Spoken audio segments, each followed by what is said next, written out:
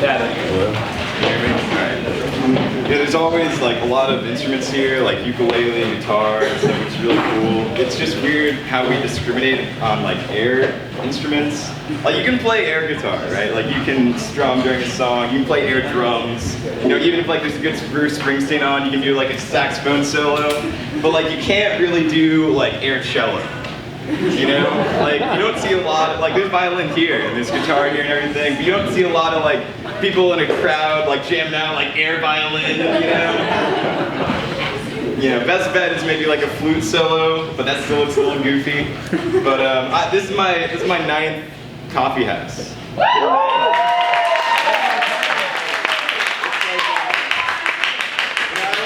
I like to think it's like when the Beatles had their run from 1965 to 1970, had 9 albums.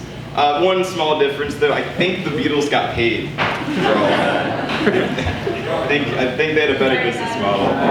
But you know, people, speaking of music, people always say that like music these days has gotten so much worse. You know, like the lyrics are worse, everything like that. And I usually try to defend today's music, but I was listening to a song the other day, and I kid you not, the like main chorus line of the song was I'm do re mi fa so very done with you. Now they actually didn't say very, it was more explicit than that because it had to be very serious. But there's a couple layers to peel back here.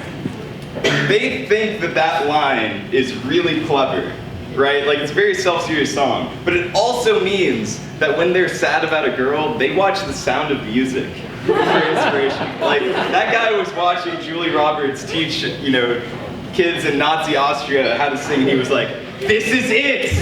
This is going to be my biggest hit." Like this guy has ads all over like Twitter and Spotify right now, and he has a line in his song that's I'm do re mi fa so very done with you. Like that is a real line in one of his songs. It's just amazing to me. But also, Ancestry.com, I know it looks really cool. You know, you can see like if one of your ancestors was like, you know, a slave and he, you know, died a businessman or something like that. But really, it's just a way for white people to tell you that they're 1/32nd Native American. That's all it is. You know, my grandmother's niece's dog was Cherokee or something. Actually, my grandpa here today, his mother was like 1/2 Native American, which makes me annoying. But a lot of my lacrosse teammates are here tonight. They've always supported me, so I thought I'd have some stuff about them. One of my favorite stories from the lacrosse team is like one of the weirdest things my coach has ever said to me during practice. This was last year during practice.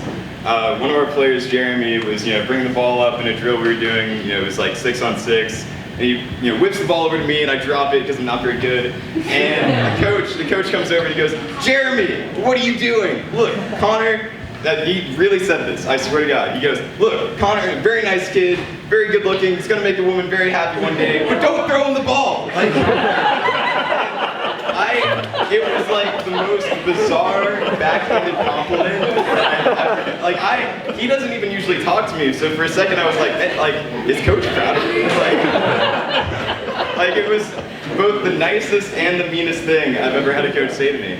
But we've really had a lot of great improvement on our team this year. Like Austin Wise is faster than ever. Ty Tom has really like learned how to play defense. And then we have this kid, Cal Dickey, who has become a really important member of the team, and he's super fast. He can go from one end of the field all the way to the other, deacon guys, you know, doing things I, you know, can only do in video games. But when he gets to the other team's goal, he can go through everybody. And he just can't finish. Like he always like misses the cage or goes into the goalie's foot, which is a great metaphor for how I try to ask out girls. You know, like I can talk to them, I can make them laugh, and then when it comes to like, you know, like asking, it's just like, the cage is over there. So, to give you an example of this, I was at a recent Molly UN conference. I know, that's where all the ladies are, right? It was in New York, and we were there for a few days, so I got to know some of the delegates, and I was talking to this one girl, Australia. And, you know, we were kind of hitting it off, you know, chatting throughout the conference. And then at one point, she asked me, "Hey, do you have an Instagram?" And I said, "No." And then she asked, "Well, do you have a Snapchat?" And I said, "No." And then she just kind of turned around in her seat, and I realized that to her, it sounded like I really didn't want her to talk to me.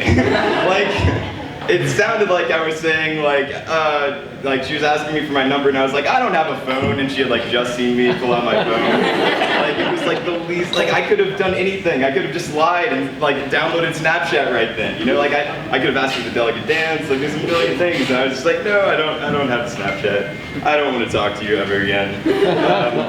But also at this Model UN conference, I got passed the best note that I've ever been passed at a conference. So, you know, throughout the committee, you'll pass people notes. Sometimes they'll look funny. Most of the time, they're pretty serious, though. They're like, hey, what about this policy and stuff? And I got passed the most incredible note. So I was Panama. That was my country. And this delegate passed me this note that said, we believe your ideals are very good. Can we join your bloc? Bloc spelled Q-U-E, obviously. Us South American countries should stick together. Signed, Netherlands. And now, so I then, had to talk to Netherlands after this to see if he was just the class clown of the committee. But I just think the lights were not all on with Netherlands. He was a little bit foreign, but if he was foreign, he was probably from Italy, because that's where most of the foreign delegates are, and that's closer to the Netherlands than I am, and I know where the Netherlands are. Prom was recently, and prom was fun and everything, but the day after prom was actually one of the most eventful trips I've had to the mall. So I was there with my buddy Austin, who's a lot more eccentric, outgoing than me, and I had to buy some stuff for spring break. So I bought the douchiest outfit I've ever, I felt like I had pants with anchors on them, just the whitest southern vineyard vines thing you've ever seen, and this the first Hawaiian shirt I've ever bought, and it was blue with feathers on it, Native American again, going back to my heritage. But it was the worst outfit I've ever bought, but it looks pretty good on me. And we were checking out this lady, this very loud personality. She's asked me what we're doing, how we've been lately, and I said, oh, prom was last night. She was like, oh, let me see your pictures and everything. And she was like, did you make them holla at prom? She kept having this thing about how you have to make them holla. She said every time girls come to the mall and they're picking out their dress, she's like, you gotta get one that'll make the boys holla. That was her whole thing. And after all of that, we're on the way home, and we see this squirrel that had just been run over in the street, and it was squirming, it wasn't dead yet, it was squirming, it was awful. So we stopped, and Austin gets out of the car, and he sort of drags the squirrel to the side of the road by the tail, and he doesn't know what to do, but it's kind of best in that situation to put it out of its misery.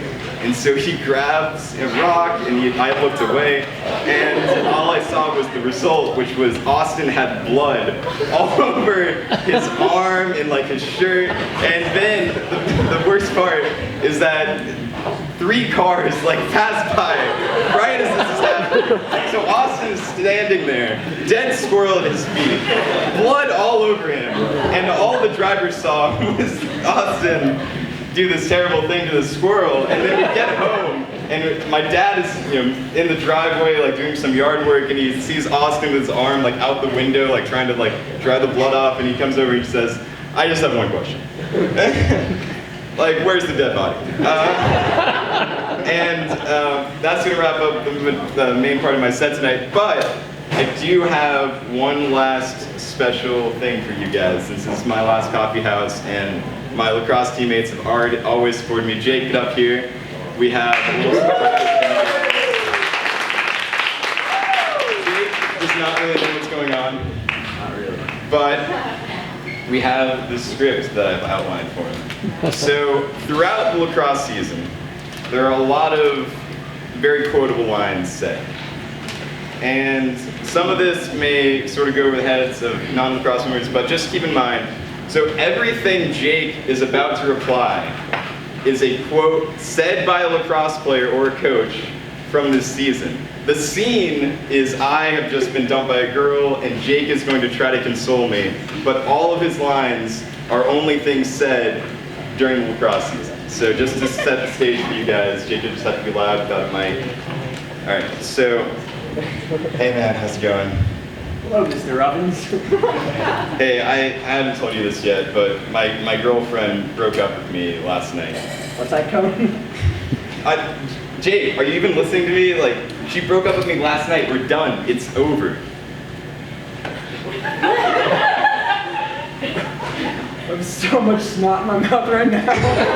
Jake, like, oh my god, dude, you're ridiculous. Like, can you at least act like you care? Listen, I heard that she hooked up with another guy last weekend. I mean, I can't believe that she would do this. If I was a girl, I'd date John Hennessy. He just has an ideal body. Jake, what are you talking about? Like, listen, I know he's a pretty good-looking guy and nice and funny. What am I talking about? Listen, aren't you supposed to help me feel better about this? Yo, I got dibs on her. Jake!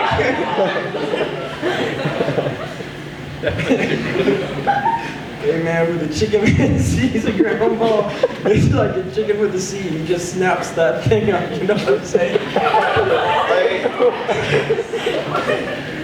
I really don't. Wow, I just noticed it got dark out. Jake, you're still not listening to me at all. I was in love with her, dude. Like, I mean, I can't believe that she would do this to me. I mean, it's such a good thing going. Or at least, I thought. How many times do you think he's gonna bring her up today? Jake! Come on, man, you're supposed to be my best friend. What am I supposed to do here? Like, how do I get over this? Listen, you're a really good-looking guy, and you're gonna make a girl really happy one day. But I want to throw you the ball. You know what I'm saying? Maybe you're right. Maybe it just wasn't meant to be, and you're right. There's other fish in the sea. My name is Jake Abel.